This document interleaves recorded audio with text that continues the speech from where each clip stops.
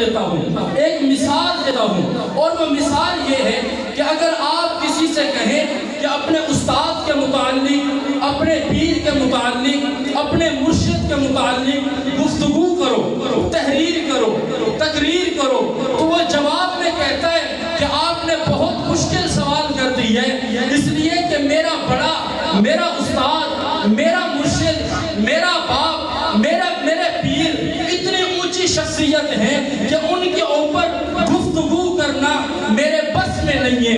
میں حیران ہو جاتا ہوں، میں سرگردان ہو جاتا ہوں، میں پریشان ہو جاتا ہوں کہ اپنے بڑے کے بارے میں گفتگو کہاں سے شروع کروں، اپنے بڑے کے متعلق بات کہاں سے شروع کروں۔ لیکن میرے بزرگوں، رحیم یار خان کے سرفروش اور غیرت مند مسلمانوں، میں یہ جملہ کہنا چاہتا ہوں، آپ کی جھولی میں یہ جملہ ڈالنا چاہتا ہوں کہ میرے متعلق کسی کے بارے میں جب بات کی جائے تو یہ جملہ کہنا کہ میں حیران ہوں، بات کہاں سے شروع کروں، یہ جملہ کہنا کہ میں پریشان ہوں، تو وہ ایک ہی ہستی ہے، وہ ایک ہی ہستی ہے، وہ ایک ہی ہستی ہے جسے امام الانبیاء کہا جاتا ہے، وہ ایک ہی ہستی ہے جسے سرتاج الانبیاء کہا جاتا ہے، وہ ایک ہی ہستی ہے جسے ساری کائنات کا محسن کہا جاتا ہے، وہ ایک ہی ہستی ہے جسے اللہ کا محبوب کہا جاتا ہے، وہ ایک ہی ہستی ہے جسے اللہ کا پیغام رساں کہا جاتا ہے، وہ ایک ہی ہستی ہے جسے محسن کائنات کہا جاتا ہے۔ کہ جب میرے پیغمبر کی سیرت کی بات آتی ہے، عقل دنگ رہ جاتی ہے، خطابت دم توڑ جاتی ہے، تحریریں ٹوٹ پھوٹ کا شکار ہو جاتی ہے، لیکن انسان وقت حیرت میں ڈوب جاتا ہے کہ محبوب کی بات کو شروع کہاں سے کرے اور ختم کہاں پہ کرے۔ یہ جملہ اگر کسی پہ جچتا ہے کہ یار آپ نے ایسی ذات کے متعلق بات کرنے کا کہا ہے کہ جن کے متعلق میری عقل حیران ہے، میری صلاحیتیں دم توڑ گئی ہیں، میرا انداز ختم ہو گیا ہے، میرے الفاظ ختم ہو گئے ہیں، میری گفتگو دم توڑ گئی ہے، میرے جذبات پیچھے رہ گئے ہیں، میرے پاس ہمت نہیں رہی، میرے پاس اہمیت نہیں رہی، میرے پاس قوت نہیں رہی، الفاظ نہیں رہے، میرا قلم سوکھ چکا ہے۔ وہ کسی عرب کے شاعر نے 40,000 اشعار لکھنے کے بعد بھی تو اعتراف کر لیا تھا کہ تھکی ہے فکر رساں، مدہ باقی ہے، قلم ہے ابلا پا، مدہ باقی ہے، وقت تمام ہوا، مدہ باقی ہے، تمام عمر لکھا، مدہ باقی ہے۔ اور پھر سید عطا اللہ شاہ بخاری نے کہا تھا کہ اس پیغمبر کی سیرت کو بخاری کس زبان میں بیان کرے جس کی سیرت کو بیان کرنے کے لیے عرش والے خدا کو 23 سال کا عرصہ لگ چکا تھا۔ میں آپ کے سامنے سیرت کے کون سے پھول کی خوشبو آپ کو دوں، سیرت کے کون سے خصوصیت کو پہلے بیان کروں، سیرت کے متعلق سب سے پہلے بات کہاں سے شروع کروں۔ رب محمد کی قسم، رب کعبہ کی قسم، عرش والے خدا کی قسم، یہ جملہ اگر کسی پہ جچتا ہے کہ میں حیران ہوں بات کہاں سے شروع کروں اور کہاں پہ ختم کروں، خدا کی قسم وہ ایک ہستی ہے جسے آمنہ کا لال کہا جاتا ہے۔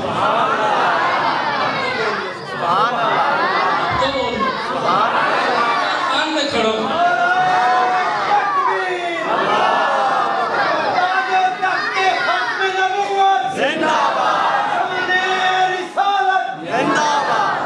سامعین محترم، میں آپ کو صرف 2 تصویریں دکھانا چاہتا ہوں، اور وہ 2 تصویریں امام الانبیاء کے دور سے بہت پہلے شروع ہوتی ہیں، اور وہ 2 تصویریں بڑی خوبصورت تصویریں ہیں۔ ایک تصویر کے اندر جمال ہے، ایک تصویر میں کمال ہے، ایک تصویر میں انداز ہے، ایک تصویر میں نورانیت ہے، ایک تصویر میں ہدایت ہے، ایک تصویر میں نور ہے، ایک تصویر میں شرافت ہے، ایک تصویر میں برکتیں ہیں، ایک تصویر میں رحمتیں ہیں، ایک تصویر میں معجزات ہیں، اور وہ تصویر میرے محبوب کے وہ برکات ہیں کہ ابھی دنیا میں تشریف لائے نہیں تھے، تذکرے پہلے سے ہیں، ابھی دنیا میں تشریف لائے نہیں تھے، گفتگو کا آغاز ہو چکا تھا، ابھی دنیا میں تشریف لائے نہیں تھے، لکھنے والوں نے لکھنے کا آغاز کر دیا تھا، لکھنے والوں نے بولنے والوں نے بولنا شروع کر دیا تھا، انبیاء بولتے گئے، رسول بولتے گئے، اولیاء بولتے گئے، جن و انس بولتے گئے، محبوب کی اداؤں کو، محبوب کی عزتوں کو، محبوب کی عظمتوں کو، محبوب کے پیغام کو، محبوب کی شرافت کو، محبوب کی اطاعت کو، محبوب کی نورانیت کو، اور بولتے گئے۔ پیغمبر دنیا میں آئے، انوارات شروع ہو گئے، پیغمبر دنیا میں آئے، نورانیت شروع ہو گئی، پیغمبر دنیا میں آئے، برکات شروع ہو گئی، پیغمبر دنیا میں آئے۔ اماں حلیمہ سے پوچھو برکتیں کیا ہوتی ہیں، اماں حلیمہ کی اونٹنی سے پوچھو رحمتیں کیا ہوتی ہیں، بیمار سواریوں سے پوچھو عظمتیں کیا ہوتی ہیں، دودھ کی نہریں جاری ہو گئی، عظمتیں ہی عظمتیں ہیں، رفتیں ہی رفتیں ہیں، شان ہی شان ہے، مقام ہی مقام ہے، بلندی ہی بلندی ہے، عروج ہی عروج ہے، امانت ہی امانت ہے، دیانت ہی دیانت ہے۔ گھر میں آئے برکتیں ہیں، اماں آمنہ کی جھولی میں آئے رحمتوں کا نزول ہے، نظارے ہیں۔ اماں آمنہ کہتی ہے پیغمبر دنیا میں تشریف لائے، میرے شکم میں آئے، پانی اچھل کر میرے قدموں کی قدم بوسی کرتا ہے، میں راستوں سے گزرتی ہوں، پتھر سلام کرتے ہیں، بادل سایہ کرتے ہیں، آسمان سے فرشتے اترتے ہیں۔ پیغمبر دنیا میں آئے، عظمتوں کا آغاز ہو گیا، شرافت قیادت کا آغاز ہو گیا، رفت کا آغاز ہو گیا، بلندی کا آغاز ہو گیا، نورانیت کا آغاز ہو گیا، روحانیت کا آغاز ہو گیا۔ رب محمد کی قسم ایسی نورانیت ہے کہ بلال اس نورانیت کو دیکھ کر کے کلمہ پڑھتا ہے۔ یہ پیغمبر کی زندگی کا عظمت قرآن، عظمت صحابہ، یہ پیغمبر کی زندگی کی ایک یہ تصویر ہے جسے آج کے ہمارے روایتی خطبہ صرف ولادت سے بات شروع کر کے رضاعت میں ختم کر دیتے ہیں۔ مولانا عبدالحمید بٹو ایک بہت بڑے خطیب گزرے، عالی شان خطیب گزرے، ایک جگہ وہ خود کہنے لگے کہ ہم خطیب کیا کرتے ہیں، گفتگو کا آغاز ہوتا ہے، جناب یوسف کا قصہ شروع ہوتا ہے، جناب یوسف کنویں میں تشریف لے جاتے ہیں، 1.5 گھنٹے کی تقریر ختم ہو جاتی ہے اور سبحان اللہ کی واہ واہ اور چھل چھل ہو جاتی ہے، اور ہم خطبہ جناب یوسف کو 1.5 گھنٹے کے بعد بھی کنویں سے باہر نہیں آنے دیتے۔ یہ ہمارے خطبہ کی روایت ہے۔ ہم نبی کی بات کرتے ہیں، ہم نے قوم کو رضاعت پہ رکھا ہے، ہم نے قوم کو دودھ پلانے پہ رکھا ہے، ہم نے قوم کو اونٹنیوں کے اوپر رکھا ہے، ہم نے قوم کو مختلف قصے سنائے۔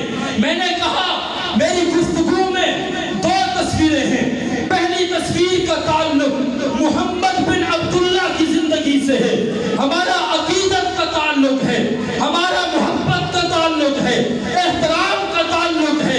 لیکن اگر کوئی بندہ یہ چاہے کہ محمد بن عبداللہ والی وہ خصوصیات میرے اندر آ جائے، نہ پہلے کبھی ہوا نہ آئندہ کبھی ہو سکتا ہے۔ حضور کس دن کو پیدا ہوئے؟ کس دن کو پیدا ہوئے؟ پیر کے دن۔ میں اور آپ چاہیں کہ ہم پیر کو پیدا ہو سکتے ہیں؟ ہو سکتے ہیں؟ حضور جناب عبداللہ کے گھر میں پیدا ہوئے۔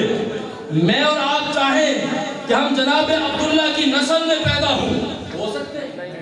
حضور دنیا میں تشریف لائے، ربیع الاول کا مہینہ ہے، میں اور آپ چاہیں کہ ہم ربیع الاول میں پیدا ہوں، ہو سکتے ہیں؟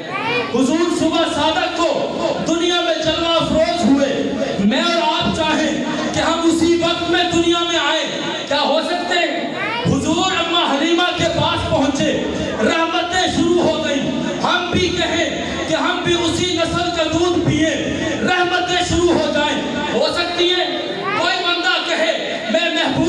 جیسی آنکھیں رکھنا چاہتا ہوں. کیا محمد رسول اللہ والی آنکھیں رب کسی کو دیتا ہے؟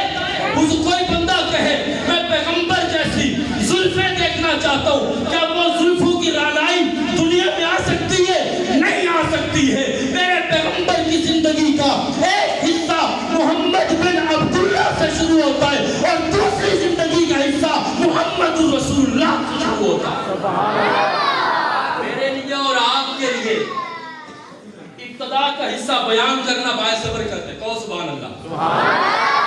کہو سبحان اللہ. محمد بن عبداللہ کی برکتیں بیان کر رحمتیں نازل ہوں گی، عظمتیں نازل ہوں گی، نورانیت نازل ہوگی، رب کی رضا آئے گی، رب نبی سے محبت کا اضافہ ہوگا، عقیدت کا اضافہ ہوگا، احترام میں اضافہ ہوگا.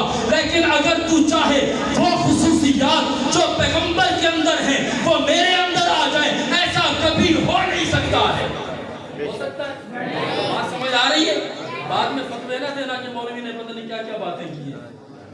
اور یہ بھی آپ کو کھلی آفر ہے، اگر کسی کو اعتراض ہو تو ابھی کھڑا ہو کے پوچھ لے. اس لیے کہ میں مولانا عبدالشکور کی مسجد میں کھڑا ہوں اور ان کا مزاج ہے جس کو بات پوچھنی ہو کھلے مجمع میں پوچھے. بعد میں نہ کہنا پتہ نہیں مولوی آیا تھا پڑھ کے مار کے چلا گیا. میں کہنا کیا چاہتا ہوں؟ کہنا یہ چاہتا ہوں تصویر کا ایک رخ یہ ہے کہ محمد بن عبداللہ والی خصوصیات ہمارے اندر آ نہیں سکتی ہیں، بیان کرنا باعث برکت ہے. بات سمجھ آ رہی ہے؟ بات سمجھ آ رہی ہے؟ اور دوسری تصویر کا دوسرا رخ محمد بن عبداللہ سے، محمد بن عبداللہ سے محمد الرسول اللہ کا سفر ہے. یہ بڑا مشکل ہے، یہ بڑا مشکل ہے، خدا کی قسم بڑا مشکل ہے. پہلے سفر کو بیان کرنا بڑا آسان ہے، پہلے سفر کو بیان کر کے تاج وصول کرنا بڑا آسان ہے. پہلی خصوصیت کو بیان کر کے سبحان اللہ کی چھل کہلوانا بڑا آسان ہے.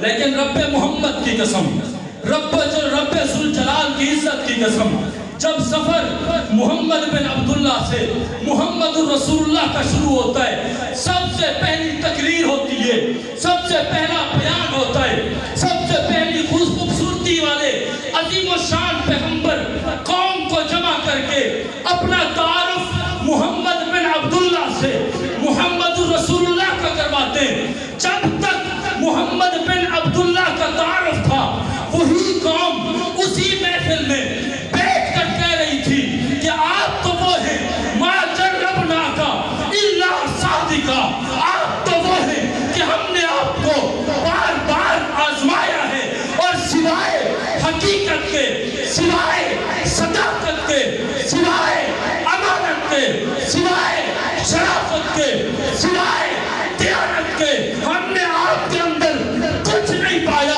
اور جب اسی محفل میں محمد بن عبداللہ نے کہا کہ قولوا لا الہ الا اللہ تفلحون، کلمہ پڑھو کامیاب ہو جاؤ گے. آپ کو پتہ ہے سب سے پہلا ریاکشن کیا تھا؟ سب سے پہلا ریاکشن کیا تھا؟ رد عمل کیا تھا؟ جواب کیا آیا تھا؟ پھولوں کے ہار آئے تھے، مدھیہ نعتیں آئی تھی، عظمت کی بات ہوئی تھی. یہ اسی ایک محفل میں، اسی ایک جلسے میں جو محمد بن عبداللہ کو ما جربناک الا صادقا کہہ کے ترانے بیان کر رہے تھے، جب اسی محمد بن عبداللہ نے محمد الرسول اللہ کی بات کی ہے، سب سے پہلا پتھر اسی مجمع میں سے خاندان کے فرد نے اٹھا کے اچھالا اور کہتا ہے تبا لک یا محمد الیاذ باللہ، اے محمد تیرے لیے ہلاکت ہو، کیا تو نے ہمیں اسی لیے بلایا تھا؟ خدا کی قسم کہنا بڑا آسان ہے. میں نے اتنے بیانات کیے ہیں، آج تک مجھے کسی نے کھڑے ہو کر بے عزت نہیں کیا، آج تک مجھے کسی نے کھڑے ہو کر میری تذلیل نہیں کیے، آج تک کسی نے کھڑے ہو کر مجھے یہ نہیں کہا کہ تم چپ ہو جاؤ. لیکن محمد الرسول اللہ کا پہلا بیان ہے محمد بن عبداللہ سے. جب محمد الرسول اللہ کی بات کی ہے سب سے پہلے خطبے کے اندر پتھر اچھالا گیا. آج ہم ڈرتے ہیں، خوف آتا ہے، علماء بھی ڈرتے ہیں. میں سب علماء کی بات نہیں کر رہا، میں اپنے یسوع کی بات کر رہا ہوں. ہم خوف کھاتے ہیں، کہ ہم نبی کی سیرت کو کیسے بیان کریں، نبی کی عظمت کو کیسے بیان کریں، نبی کے کردار کو کیسے بیان کریں، نبی کی شرافت کو کیسے بیان کریں، نبی کے مقام کو کیسے بیان کریں۔ رب محمد کی قسم، رحیمیہ خان کے لوگوں، محمد بن عبداللہ والی زندگی بڑی آسان ہے۔ جب محمد رسول اللہ کی بات کرو گے، پھر پتھر ہیں، پھر گولیاں ہیں، پھر تیر ہیں، پھر لاشیں ہیں، پھر لہو ہے، پھر خون ہے، پھر بوٹیاں ہیں، پھر درد ہے، پھر تکالیف ہے، پھر تشدد ہے، پھر قتل ہے، پھر ساتھیوں کا بچھڑنا ہے، پھر بیٹیوں کی طلاقیں ہیں، پھر گھر بار کو چھوڑنا ہے، پھر ہجرت ہے، پھر قربانیاں دینی پڑتی ہیں، پھر جانثاری ہے، پھر فداکاری ہے، پھر لہو دینا ہے، پھر جان دینی ہے، پھر گھر بار چھوڑنا ہے، پھر بیوی بچوں کو چھوڑنا ہے، گھر بار کو چھوڑنا ہے، ہر قسم کی قربانی دی ہے۔ اور یہ مثالیں صحابہ نے بیان کی ہے، اور صحابہ نے دنیا کو پیغام دیا ہے کہ ہم نے محمد بن عبداللہ والی برکتوں کو دیکھا ہے، نورانیت کو دیکھا ہے، عظمت کو دیکھا ہے، اور اب جب محمد بن عبداللہ محمد رسول اللہ بنے ہیں، ہم محمد رسول اللہ کی محبت کے اندر سب کچھ چھوڑ سکتے ہیں۔ اگر نہیں چھوڑ سکتے تو امام الانبیاء کا دامن نہیں چھوڑ۔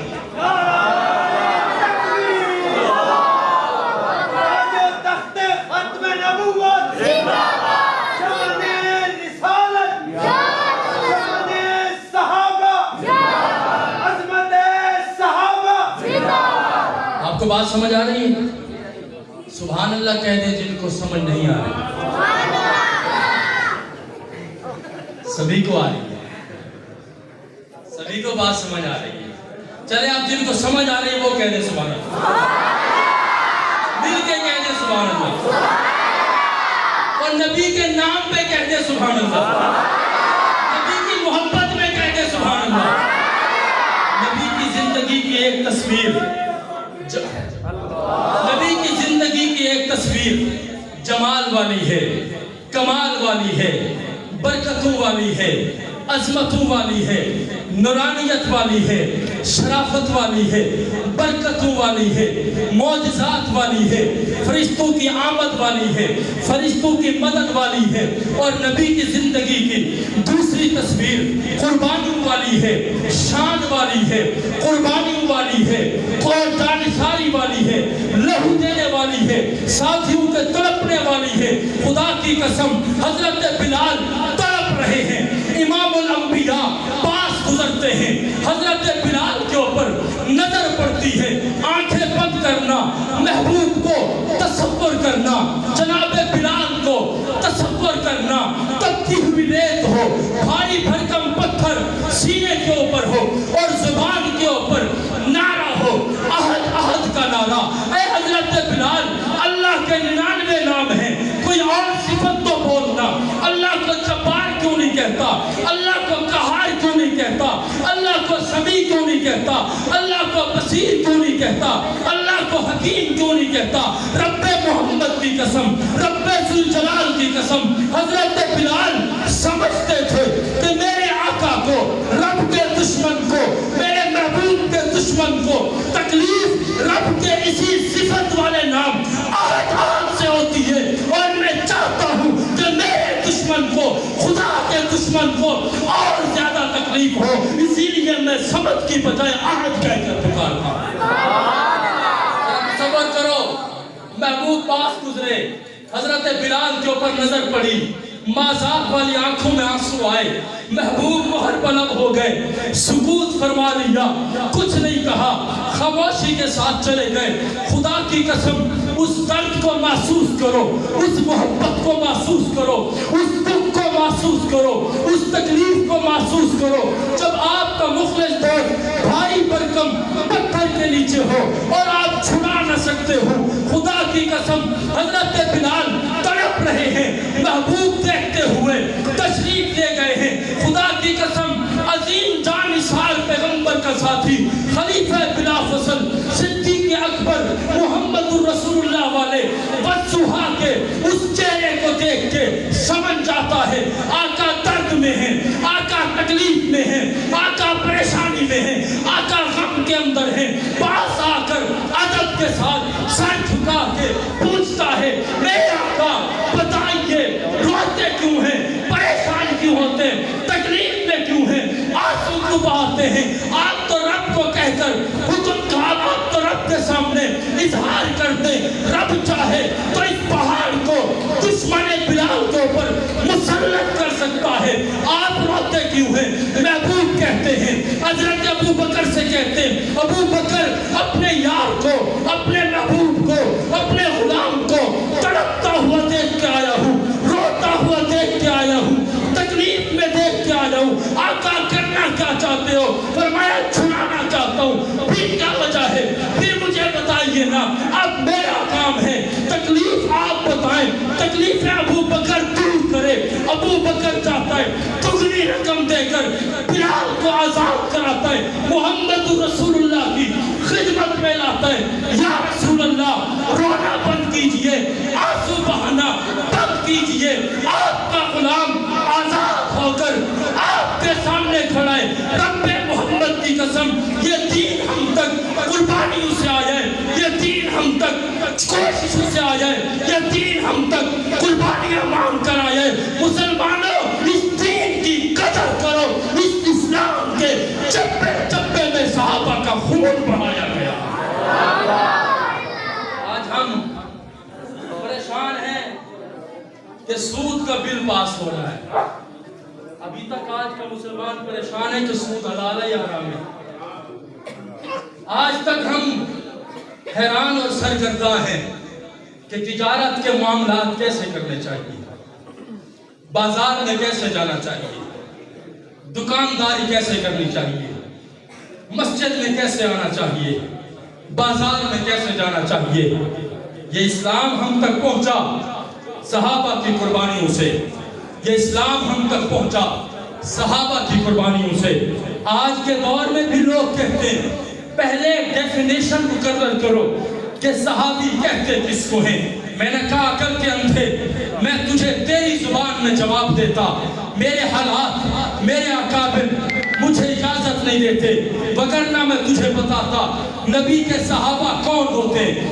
نبی کے صحابہ وہ ہوتے ہیں جب محمد رسول اللہ بلائے بڑھ کے آنے والا صحابی ہوتا ہے، نبی امامت پہ آئے پیچھے آنے والا صحابی ہوتا ہے، نبی خطبہ دے سننے والا صحابی ہوتا ہے، نبی ہاتھ اٹھائے گردنیں کٹانے والا صحابی ہوتا ہے، نبی جہاد میں بلائے آنے والا صحابی ہوتا ہے، اور نبی جان مانگے لہو دینے والا صحابی ہوتا ہے، نبی مال مانگے قربان کرنے والا صحابی ہوتا ہے۔ اور نبی کے صحابہ وہ ہوتے ہیں جن کی عظمت کے لیے، جن کی شرافت کے لیے، جن کی دیانت کے لیے، جن کے تقدس کے لیے، جن کی عزت و آبرو کے لیے، جن کے ایمان کے لیے، جن کے تقوی کے لیے، جن کے ایمان کے لیے، جن کے ایقان کے لیے، جن کی بصیرت کے لیے، جن کی بصارت کے لیے، جن کی قربانی کے لیے، جن کی ہجرت کے لیے زمین پر محمد رسول اللہ بولتے ہیں اور عرش پر عرش کا خدا بولتا نظر آتا ہے۔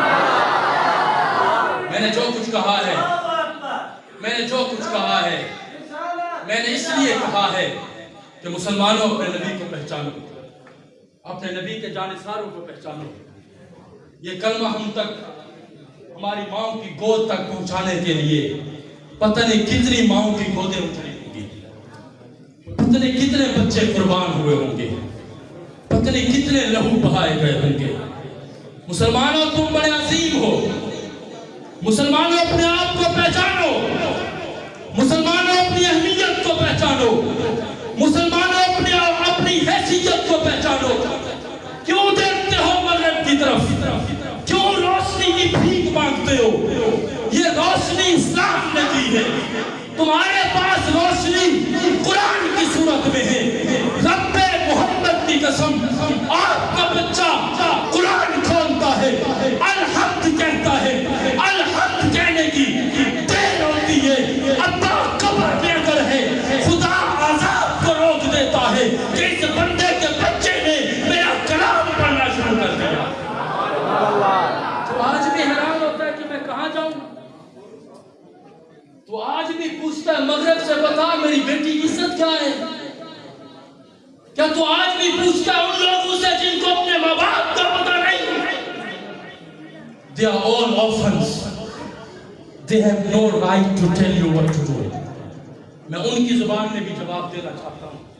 لیکن میرے بزرگوں، ہم آج اس لیے کمزور ہیں کہ ہم نے ان سے مانگا ہے، وگرنہ ہمارے نبی نے ہمیں اس قابل بنایا تھا کہ تم ان کو دینے والے ہوتے. ہم بڑے عظیم ہیں. میرے نبی نے کہا تھا آخر وقت میں میرے بھائیوں کو سلام کہنا. صحابہ نے کہا یا رسول اللہ کون سے بھائی؟ کہا تم نے مجھے دیکھ کے کلمہ پڑھا ہے، میں ان کو سلام کہتا ہوں جو مجھے بغیر دیکھے کلمہ پڑھے. ہم نے اپنے نبی کو اس لیے کلمہ پڑھا ہے، ہم نے اپنے نبی کو دیکھا نہیں، ہم نے اپنے پیغمبر کو دیکھا نہیں. ہم ایمان بالغیب پہ یقین رکھتے ہیں. خدا کی قسم اپنی اہمیت کو پہچانو. فتنوں کا دور ہے.